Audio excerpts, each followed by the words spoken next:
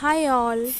இன்றைக்கி நம்ம மறுபடியும் ஒரு டே vlog தான் பார்க்க போகிறோம். இன்றைக்கி வந்து சாட்டர்டே நான் என்ன மெனு பிளான் பண்ணியிருக்கேன்னு பார்த்தீங்கன்னா, ஒயிட் ரைஸ், உருளைக்கிழங்கு குருமா, அப்புறம் அப்பளம்.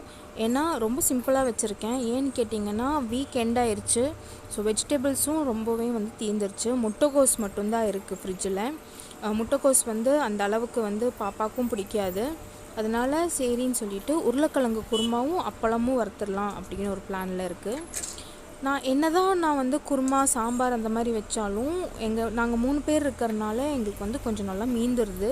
ரொம்பவே அளவாக வச்சோம் அப்படின்னாலும் நமக்கு வந்து செட் ஆகிறது இல்லை, பத்தாமல் சாப்பிட்ற மாதிரி இருக்குது. ஸோ இன்றைக்கி நான் என்ன பிளான் பண்ணியிருக்கேன்னா, மார்னிங் டிஃபனுக்கும் ஆஃப்டர்நூன் லஞ்சுக்கும் ரெண்டுக்குமே இந்த குருமா தான் நான் பிளான் பண்ணியிருக்கேன். ஸோ பார்த்திங்கன்னா ஹோட்டல் ஸ்டைல் உருளைக்கிழங்கு குருமாவுக்கு நமக்கு தேவையானது வந்து உருளைக்கிழங்கு, தக்காளி, வெங்காயம், பூண்டு, இஞ்சி, வரமிளகாய். இப்போ பார்த்திங்கன்னா கொஞ்சம் ஆயில் எடுத்துட்டேன். பேனில் ஆயில் எடுத்துகிட்டு நீங்கள் ஹோல் மசாலாஸ்ன்னு சொல்லுவாங்க இல்லைங்களா, அதாவது பட்டை, கிராம்பு, சோம்பு, ஏலக்காய், ஸ்டார் அனீஸ், நீங்கள் இதெல்லாம் இருந்துச்சுன்னா நீங்கள் தாராளமாக போடலாம். நான் வந்து பட்டை, கிராம்பு, சோம்பு இது 3 மட்டும்தான் சேர்த்து நல்லா ஃப்ரை பண்ணிக்கோங்க.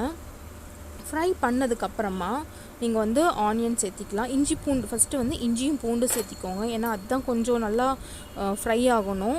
பூண்டு சீக்கிரமாக ஃப்ரை ஆகிரும் உங்களுக்கு. இஞ்சி ஃப்ரை ஆகிறதுக்கு கொஞ்சம் லேட் ஆகும். ஸோ வந்து இஞ்சியும் பூண்டு சேர்த்தி நல்லா ஃப்ரை பண்ணிக்கலாம். ஃப்ரை பண்ணதுக்கப்புறம் வரமிளகாயும் சேர்த்தி நல்லா வறுத்துக்கோங்க. இப்போ பார்த்தீங்கன்னா நான் வந்து மல்லித்தூள் இதுக்கு சேர்க்க போகிறேன். நீங்கள் மல்லி ராவாகவே இருந்துச்சுன்னா நீங்கள் 1 டீஸ்பூன் எண்ணெய் ஊற்றி தனியாக வறுத்து நீங்கள் சேர்த்திக்கோங்க. டேஸ்ட் ரொம்ப நல்லாயிருக்கும். இப்போ நான் வந்து ஆனியன் சேர்த்திக்கிறேன். இப்போ நான் பார்த்தீங்கன்னா 2 பெரிய வெங்காயம் சேர்த்திருக்கேன் இந்த மசாலாவுக்கு.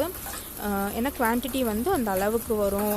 அதனால் ஏன்னா தோசைக்கும் நாங்கள் வந்து இந்த குருமா தான் நான் வைக்க போகிறேன். அதனால் வந்து கொஞ்சம் குவான்டிட்டிக்காக பெரிய வெங்காயம் 2 சேர்த்திருக்கேன். இது நல்லா ஃப்ரை பண்ணிக்கலாம்.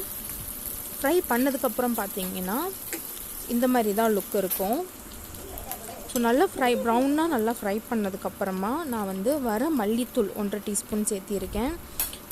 வரமல்லித்தூள் நீங்கள் எந்த அளவுக்கு பொறுமையாக நீங்கள் நல்லா செவக்க நீங்கள் நல்லா வறுக்கிறீங்களோ அந்த அளவுக்கு உங்கள் குழம்பு நல்லா கலர் நல்லா கொடுக்கும். இது ஒரு டிப் உங்களுக்கு. நீங்கள் அதே வந்து மல்லியை நீங்கள் வறுத்து போடுறீங்க அப்படின்னாலும் சேம் அதே தான். நல்லா சிம்மில் வச்சு நல்லா பொறுமையாக வறுத்து மிக்சியில் அரைச்சி போடுங்க. ரொம்ப டேஸ்ட்டாக இருக்கும், கலர்ஃபுல்லாக இருக்கும். இப்போ இந்த ஸ்டேஜில் வந்து நான் தக்காளி போட்டுக்கிறேன். ஒரே ஒரு தக்காளி தான் எடுத்திருக்கேன் நான். உப்பும் போட்டு நீங்கள் நல்லா வதக்குனீங்கன்னா தக்காளி நல்லா வதங்கிடும். தக்காளி வெங்காயம் ரெண்டுமே நல்லாவே மர்ஜ் ஆயிரும் உங்களுக்கு.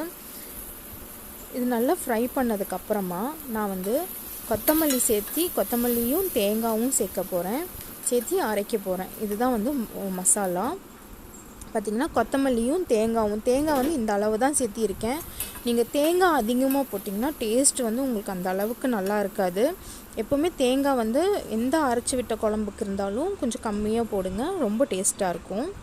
ஸோ இது வந்து மசாலா ஐட்டம். இப்போ நான் பண்ணுறது வந்து வெஜிடபிள்ஸ் வந்து ஃப்ரை பண்ணிக்கலாம். நம்ம குருமாக்கு தேவையானது ஆயில் ஊற்றி கடுகு, சீரகம் 2ம் போட்டுட்டு நீங்கள் என்ன வெஜிடபிள்ஸ் போடுறீங்களோ அதை வந்து இந்த ஸ்டேஜில் நீங்கள் ஆட் பண்ணிக்கோங்க. நான் வந்து உருளைக்கிழங்கு மட்டும்தான் சேர்க்க போகிறேன். நீங்கள் வந்து உருளைக்கிழங்கு, carrot, beans or chicken, mutton இந்த மாதிரி நீங்கள் சேர்க்குறீங்க அப்படின்னாலும் இந்த ஸ்டேஜில் நீங்கள் சேர்த்திக்கலாம். சேர்த்து நல்லா ஃப்ரை பண்ணிக்கோங்க. உப்பு சேர்த்திக்கோங்க. இந்த காய்க்கு தேவையான அளவு நான் உப்பு சேர்த்திருக்கேன். உப்பு சேர்த்திட்டு கொஞ்சம் நல்லாவே ஃப்ரை பண்ணிக்கலாம். இப்போது இந்த அரைச்சி விட்ட மசாலா எப்படின்னு பார்த்தீங்கன்னா, நீங்கள் வந்து நிறைய பேர் வராங்க, எனக்கு வந்து சட்னி, சாம்பார், கார சட்னி இந்த மாதிரியெல்லாம் நம்ம குவான்டிட்டி கம்மியாக தான் செய்ய முடியும். இதே நிறைய பேர் வராங்க அப்படின்னா நீங்கள் வந்து இந்த மசாலா குருமா இந்த மாதிரி குருமா நீங்கள் ட்ரை பண்ணிங்கன்னா உங்களுக்கு ரொம்ப அதிகமான குவான்டிட்டியும் வரும். நீங்கள் வந்து நல்லா மேனேஜ் பண்ணலாம். ரொம்ப நிறைய பேர் வந்துட்டாங்க ரிலேட்டிவ்ஸ் அப்படின்னா நீங்கள் தாராளமாக இந்த குருமா செய்யலாம். பூரிக்கு, தோசைக்கு, இட்லிக்கு எல்லாத்துக்குமே இது ரொம்ப டேஸ்ட்டாக இருக்கும். இப்போ பார்த்தீங்கன்னா உருளைக்கிழங்குக்கு நான் தண்ணி விட்டு மஞ்சத்தூளும் போட்டு நல்லா வந்து நான் வேக வச்சுட்டு அரைச்ச மசாலாவை வந்து சேர்த்திட்டேன். நான் கொஞ்சம் தண்ணி விட்டு நல்லா அலசி சேர்த்திட்டேன். ஸோ பச்சை வாசம் போகிற வரைக்கும் இதை வந்து நல்லா கொதிக்க விடணும்னு அவசியம் கிடையாது. ஏன்னா எல்லாமே வந்து நம்ம ஃப்ரை பண்ணி தான் சேர்த்திருக்கோம். ஜஸ்ட் ஒரு 3 கொதி வந்தால் போதும். உப்பு சேர்த்தி நான் நல்லா கொதிக்க விட்டுருக்கேன். இந்த ஸ்டேஜில் நீங்கள் சிக்கன் மசாலாவோ மட்டன் மசாலாவோ இல்லை உங்களோட நீங்கள் அரைச்சி வச்சுருக்கிற ஏதாவது மசாலா தூளோ எது இருந்தாலும் நீங்கள் இந்த ஸ்டேஜில் ஒரு 1/2 டீஸ்பூன் நீங்கள் தாராளமாக சேர்த்திக்கலாம். நான் வந்து மட்டன் மசாலா சேர்த்திருக்கேன். சேர்த்தி நல்லா இப்போது இந்த ஸ்டேஜில் ஒரு கொதி விட்டு கொத்தமல்லியும் கருவேப்பிலையும் போட்டு நீங்கள் இறக்கிட்டிங்கன்னா ஹோட்டல் ஸ்டைல் குருமா ரெடி ஆயிடுச்சு.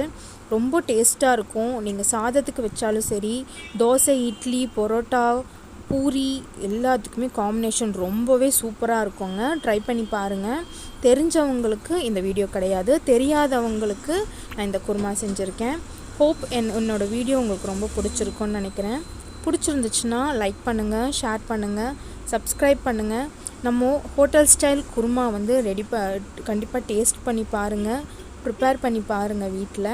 ஸோ இதுக்கு காம்பினேஷன் பார்த்திங்கன்னா நான் அப்பளம் வறுத்துருக்கேன். So that's it. தேங்க்யூ.